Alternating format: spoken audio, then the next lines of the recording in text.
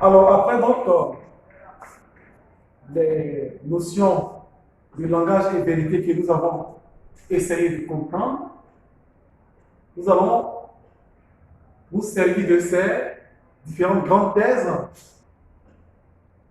pour mieux approfondir notre leçon. Alors, ces grandes thèses qu'il faut pouvoir utiliser et défendre notre leçon sur la question du langage et de la vérité nous permettront de mieux rédiger nos exercices de dissertation et de commentaires. Alors, la thèse A, où on cherche à montrer, on veut définir la vérité. La thèse B, où les questions de la vérité comme un leurre et une illusion. La thèse C,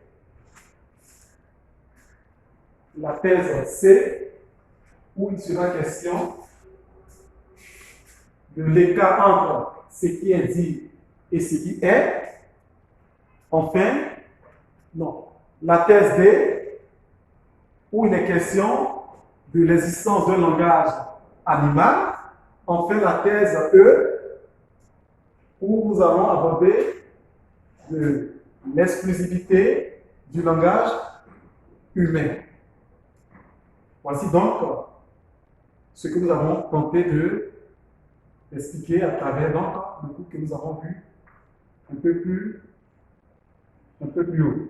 Alors, après donc ces grandes thèses, nous allons donc laisser quelques questions pour voir si nous pouvons bien réagir sur le cours que nous avons vu. Alors, la question 1,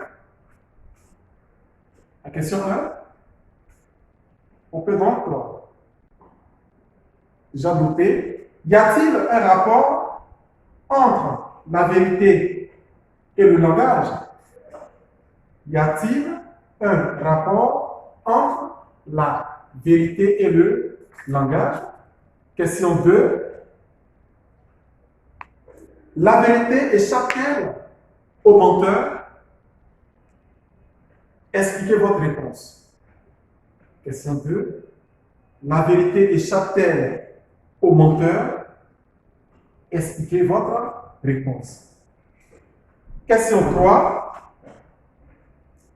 Les langues sont-elles arbitraires? Pourquoi?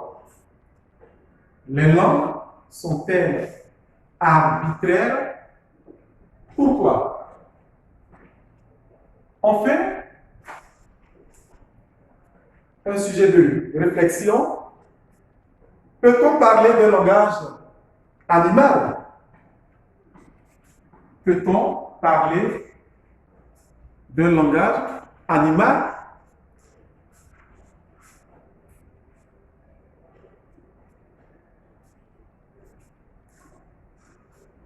L'autre sujet aussi peut porter dans le même sens.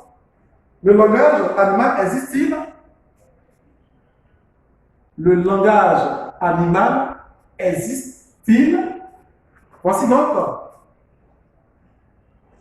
ces deux propositions de sujets qu'il faut ici traiter et que vous allez nous apporter pour que nous fassions la correction une autre fois.